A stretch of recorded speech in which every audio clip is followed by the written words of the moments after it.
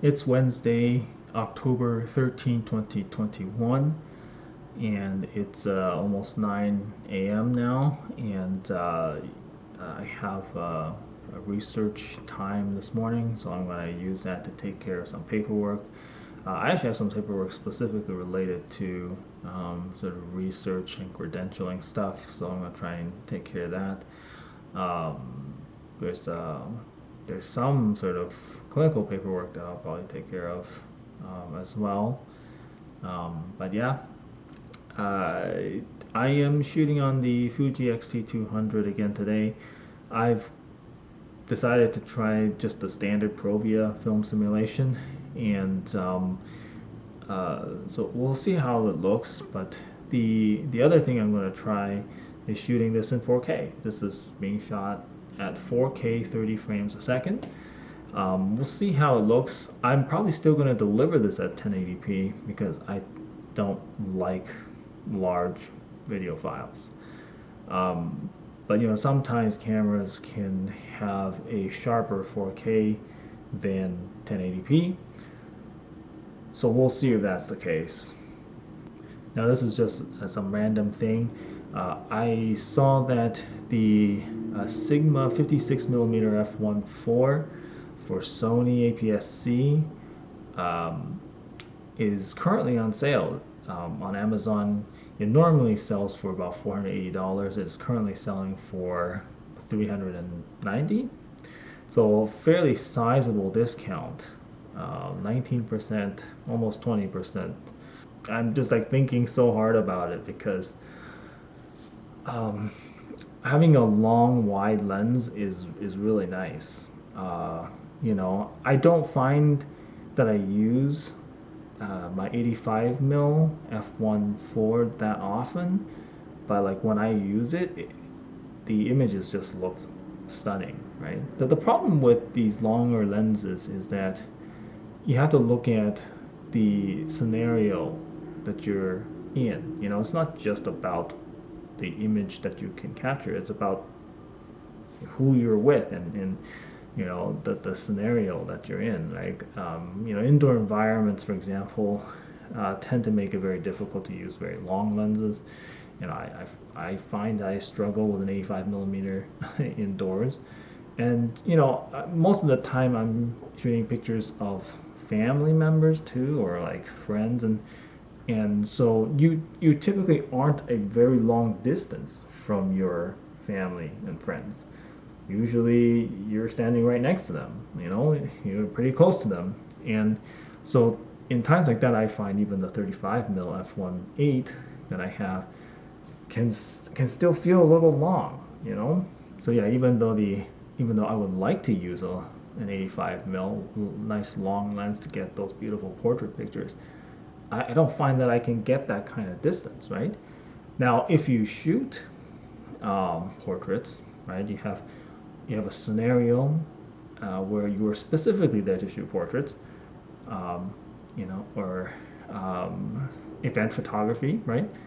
Then yeah, you generally are a distance away from your subject, and so I really like the 85mm for that, and that's exactly it. I find that I tend to use my 85mm for my gigs more, right? Like I'm not a professional photographer or a professional videographer by any stretch, but I do get asked to shoot gigs, and I do event photography and videography sometimes. And for those, the 85mm 1.4 that I have works nice. I like it. I love the look of it.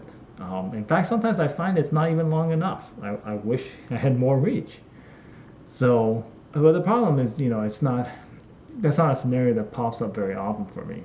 So it's harder for me to justify getting that lens because it's just gonna sit in my my gear closet here until I have a gig.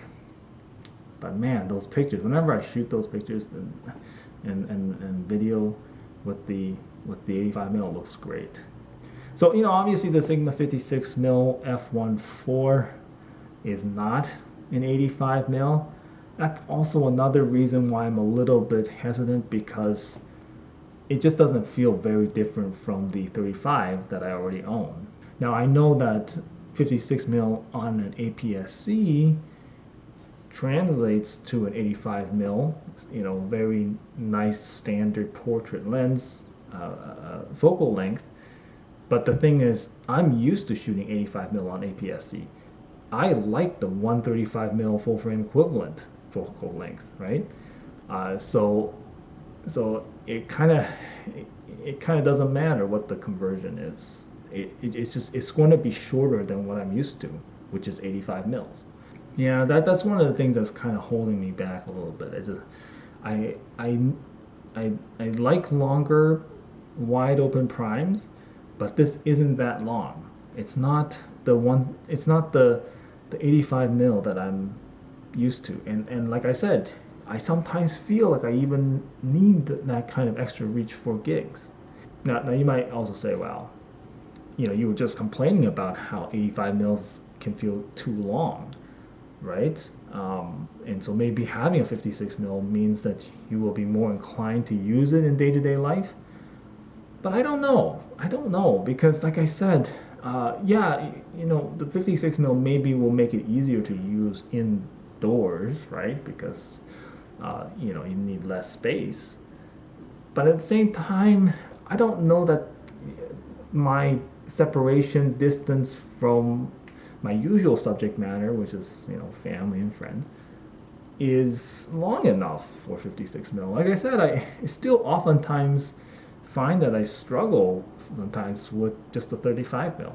So I don't know. It's tough. I think the optic is so good on that 56 mil f1.4 that it's kind of a moot point. Like I doubt that I will shoot pictures with that and be disappointed in the image quality, right? It's just more like I'm more hesitating just because I'm not sure how much I will use it and whether it's going to sit in my closet. And that's something I just don't love. I don't love collecting equipment and then just having it sit there, right? And sometimes I carry equipment with me and then just don't use it, and that's also bad, right? You're carrying an extra weight that you never use.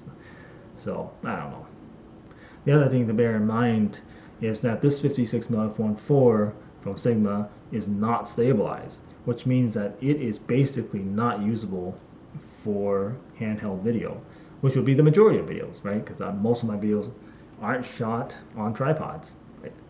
This camera right now is on a tripod, but like most of the time I want to be out there, outside, doing handheld stuff. And 56 mil without stabilization on my A6400 is just, I doubt that it's usable. And for comparison, I already find that the 16 mil f1.4 Sigma lens that I have on my A6400, I think it's too shaky to vlog with. So 56 mil is going to be way worse. So that lens will probably not be usable as a film lens, or a video lens, I should say. So it becomes kind of a niche thing, right? It's going to be event and portrait work and only photography. That's kind of hard to justify, for me. But I can't deny that the deal looks really good right now, and it's got me thinking. All right, it's about half an hour to noon, and I am heading in. Got tumor board, and then I have an afternoon clinic. I was just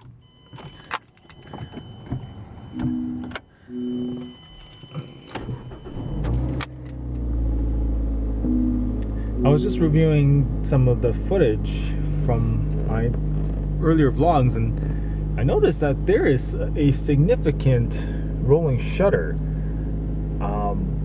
at 1080p with digital image stabilization on. I think the rolling shutter goes away if you turn off image stabilization, but like image stabilization is good enough that I actually kind of want it when I'm hand holding it. But like there is actually rolling shutter, which is crazy.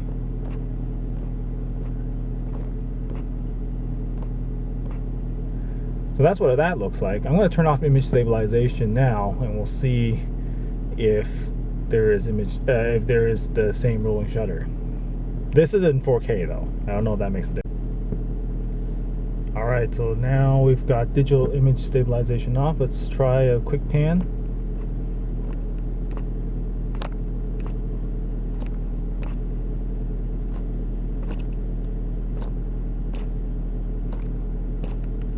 Is there any rolling shutter?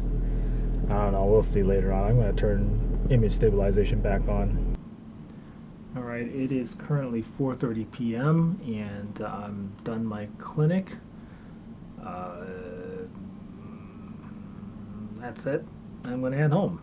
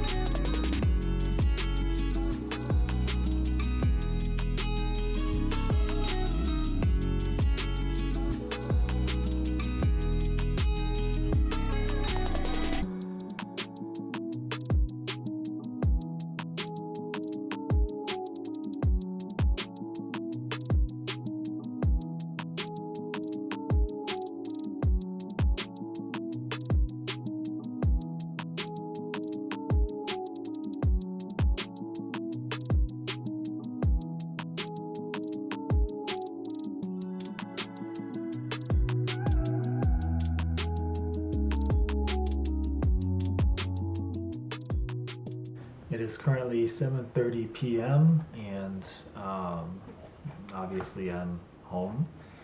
You know, I never really know how to wrap up a day's video because by this point I'm like kind of winding down. I don't really want to be in front of the camera, but I can't just abruptly end off a vlog. So I always feel like I gotta say something just to kind of end things off. I never really know what to talk about here. But I just came up with the idea that maybe I should talk about things that I've seen today on YouTube or on Twitter or something, just to kind of cement this vlog in a certain time period, right? So I don't know. Let's see what I looked at today. So I watched this YouTube video by the Boys of 98. I guess they have a series called Buzzing Across America, and they released the video 5 days ago on the sort of party culture of West Virginia University. That was kind of out of nowhere. They went during the home game against Texas Tech. The Sony 70-200mm f2.8 G Master Mark II. Well, the review embargo finally lifted, I guess, because there were a bunch of reviews out for it. I watched Gerald Undone's video on it. Always does a very quick, succinct, very to the point video. Looks like it's a winner there. I think it sells for $2,800, so a little bit outside of most people's budget. But you know that 70-200mm is a very, very versatile lens for anybody doing event and portrait photography. It's supposed to be like, what was it, like 500 grams lighter or some amount like that, some crazy amount like that. That's amazing. I think that is a real winner there. I guess there was also a embargo lifted on the Apple Watch Series 7 because there were a number of reviews on that. I watched Dave 2D's review. Um, I saw obviously MKBHD's video on that. Um, yeah, I can't say that I'm at all interested in the Apple Watch. Omar Gonzalez, he's just such a likable guy, even though he usually talks about Fuji cameras. I I like the look of Fuji cameras, and you know, with the Fuji X-T200, like the look of it makes me want to reach for it and use it, but the performance is just it just sucks so much in comparison to my A6400. So while yes, it's a beautiful looking camera, I want to use it. It makes me want to use it. It's got dials and stuff, but like ultimately, it just performance just it's just no good. Anyway, he released a video on the Deity Pocket wireless microphone, probably a budget alternative to the Rode wireless microphone. Potato Jet released a video on the Skydio 2. That looks amazing, man. So like active track does exist on some flying camera drones, but the Skydio 2 has AI that kind of makes it pick neat looking camera angles and kind of simulate how a real drone operator might track a moving subject. It looks amazing, and it looks like the obstacle avoidance is also top of the line. So it's cool. I don't know that I would ever be able to fly a drone. I think there was certainly a period of time when I was really considering it, but then, part of me at some point realized that I'm mostly just going to be getting B-roll with that, and the longer I spend doing these videos, the less I want to do B-roll.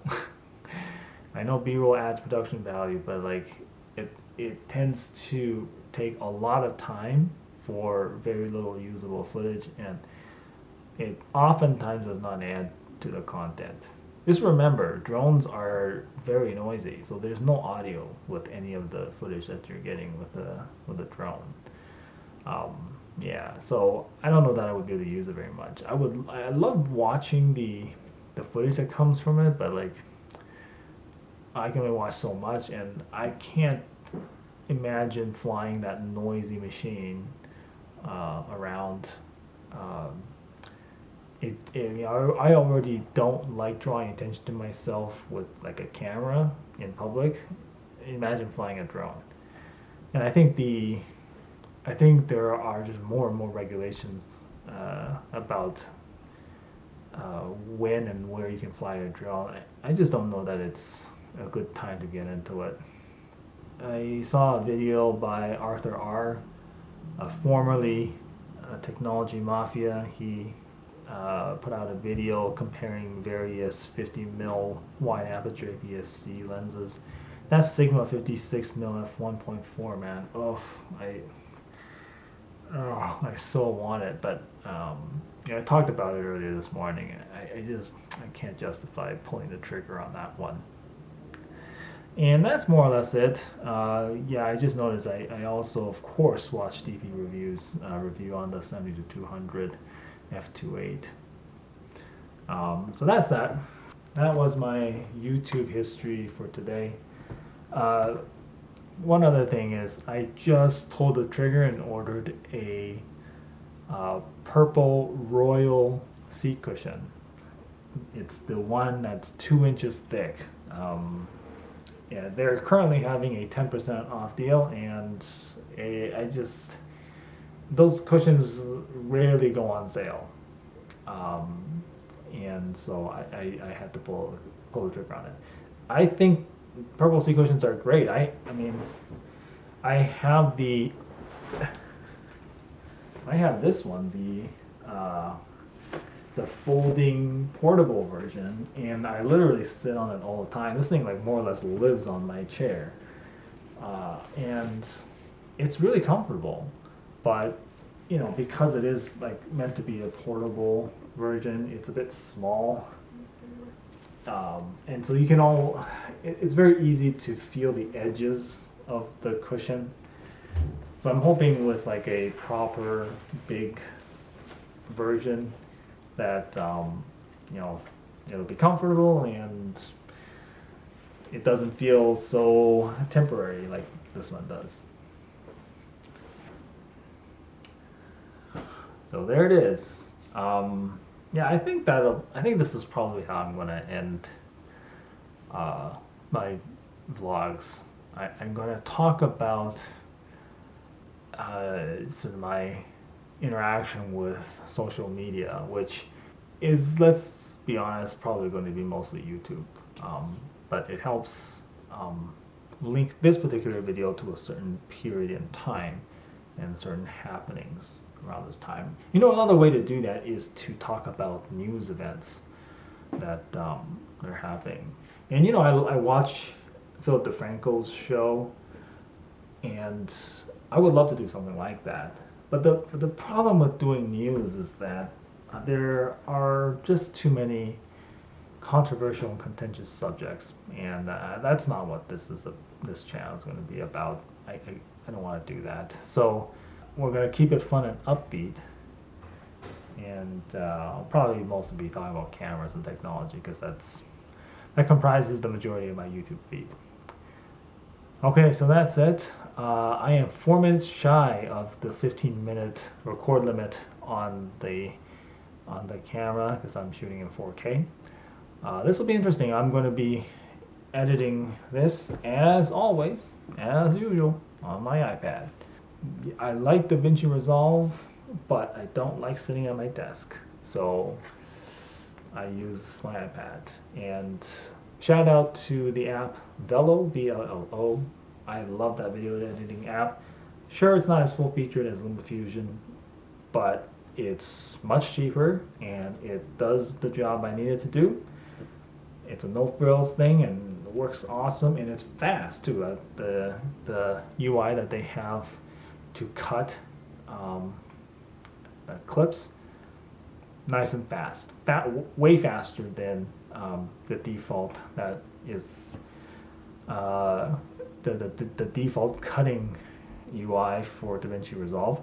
Now you can like create keyboard shortcuts and stuff to simulate the same cutting style as Velo, but I haven't done that yet. So yeah, ultimately I just love editing on my iPad. Boy, I better stop talking. This file's going to be huge. Okay, I'll see you in the next one.